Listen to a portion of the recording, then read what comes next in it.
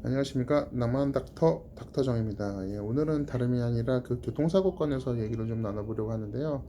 우리가 자전거를 타거나 뭐 차 운전을 하거나 아니면 보행자의 경우에도 교통사고가 날 경우가 많은데, 보통 당황하셔서 교통사고가 났을 때 어떻게 조치하면 좋을지 모르는 경우가 많으세요.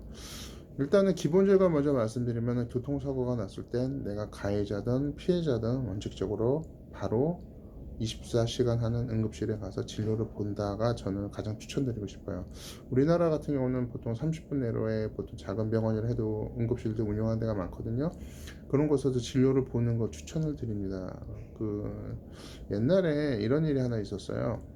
이게 보통 뭐 이게 우리가 피해자일 경우는 큰 상관이 없는데, 때로는 가해자일 경우는 이게 가장 중요한 게 뭐냐면, 예전에 어떤 남자분이 운전을 하고 가시다가 그 아파트 그 입구에서 이렇게 이렇게 운전하고 가는데, 옆에 이제 할머니 한 분이 이렇게 보행을 하고 계셨는데 사이드 밀러로 살짝 닿았어요. 그래서 일단은 할머니는 일단은 잠깐 주저앉으셔서 이렇게 주저앉으셨고, 그리고 이제 남자분 이제 놀라서 나와서 봤죠.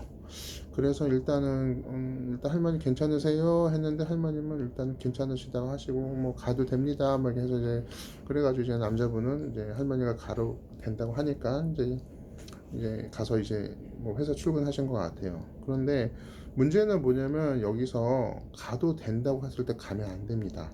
왜냐면 예를 들어서 연세 드신 분들 같은 경우는 잠깐 넘어지는 것마다 골절도 있을 수 있고, 아니면 따로 뭐 더 아프신 분도 있을 수 있기 때문에, 그런 경우 무조건 모시고 바로 병원을 가야 돼요.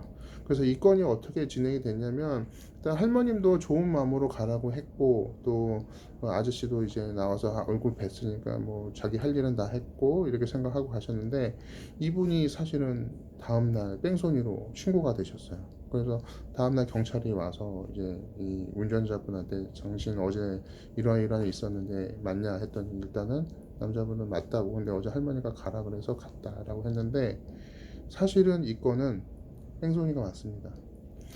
일단은 내가 가해자의 입장에서는 무조건 피해자분을 가까운 곳에 모시고 가서 진료를 보게 해야 돼요. 특히 연세 드신 분들 같은 경우는 굉장히 중요한 건이에요. 그래가지고 남자분은 때로는 억울하기도 하죠. 나는 할머니가 가라 그래서 갔고 크게 다치신 것도 아닌 것 같아서 일단 가라 그래서 갔는데 왜 내가 뺑소니냐 라고 했지만, 결론은 뺑소니로 나서 어느 정도 이제 좀 이렇게 그 대가를 치르셨던 것 같아요. 이 얘기를 왜 말씀을 드리냐면은, 사실상 우리가 뭐 피해자일 경우, 예를 들어서 뭐 자동차를 타다가 뒤에서 후방추돌 당하거나, 아니면은 뭐 보행자일 경우 차랑 뭐 살짝 뭐 그런 접촉사고 정도 하는 경우는 뭐 그렇게 급하진 않아요. 내가 뭐 하루 이틀 뭐 연락처만 받으면 다음 날이고 얘가 이렇게 해서 뭐 이렇게 치료 받고 뭐 이렇게 하면 되는데, 문제는 내가 가해자일 경우가 사실은 더 중요합니다. 자전거도 마찬가지예요. 자전거 경우도 만약에 한강 자전거 도로에서 만약에 누군가를 쳤을 때 그쪽에서 괜찮다고 해서 갔다, 뺑소니예요. 무조건 모시고 병원에 손잡고 끌고 가야 됩니다. 끌고 간다는 표현이 좀 그럴 수도 있는데, 굉장히 중요한 문제예요. 이거 왜냐면은 그분이 갔다라고 가라고 해서 갔지만, 실제로는 그분의 보호자나 아니면 다른 목격자분들이 뺑소니를 특히 가족분이 신고했을 땐 이거는 뺑소니가 될 수밖에 없는 거기 때문에, 특히 가해자일 경우에는 무조건 괜찮다고 하더라도 연락처 드리고 이렇게 꼭 의학적인 조치를 취하시는 걸 꼭 추천을 드립니다. 진짜 손목 붙잡고 끌고 가야 돼요. 횡손이범이 되지 않기 위해서는. 글쎄요, 조금 뭐 세상이 좀 너무 흉흉해져서 그렇지 않은가 뭐 이런 생각이 들기도 하는데, 사실은 이게 굉장히 중요한 문제예요. 그래서 사실상 그 연세 드신 분들 같은 경우는 잠깐 주저앉아서 넘어진 것만으로 골반 골절돼서 사망까지 갈 수도 있고, 그렇기 때문에 이런 경우는 의학적으로 꼭 확인을 해봐야 되는 부분이고, 그래서 이런 경우는 제가 자전거 타시는 분들에게도 꼭 알려드리고 싶은 내용이고, 실제로 외래 진료 보다가도 젊으신 분들, 운전하시는 분들은 이 얘기를 꼭 해드리곤 합니다. 피해자가 괜찮다 해서 가면 안 됩니다.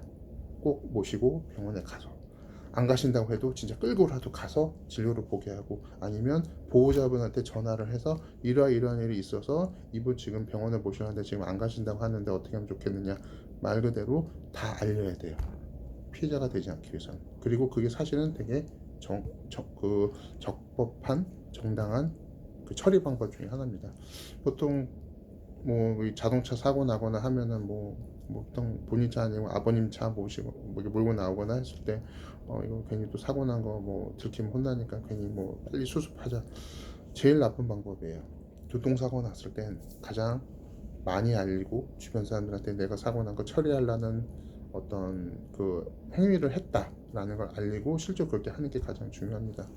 일단은 제일 중요한 건 안전운전이 중요하고요. 그래서 뭐 자전거 도로라든가 이런 데도 항상 보호자분을 더 우선적으로 생각하는 어떤 그 라이딩 하시는 그런 분들이 됐으면 좋겠고요. 가능하면 사고 없이 안전하게 우리 즐거운 자전거 생활 즐기시길 바랍니다. 여기까지입니다.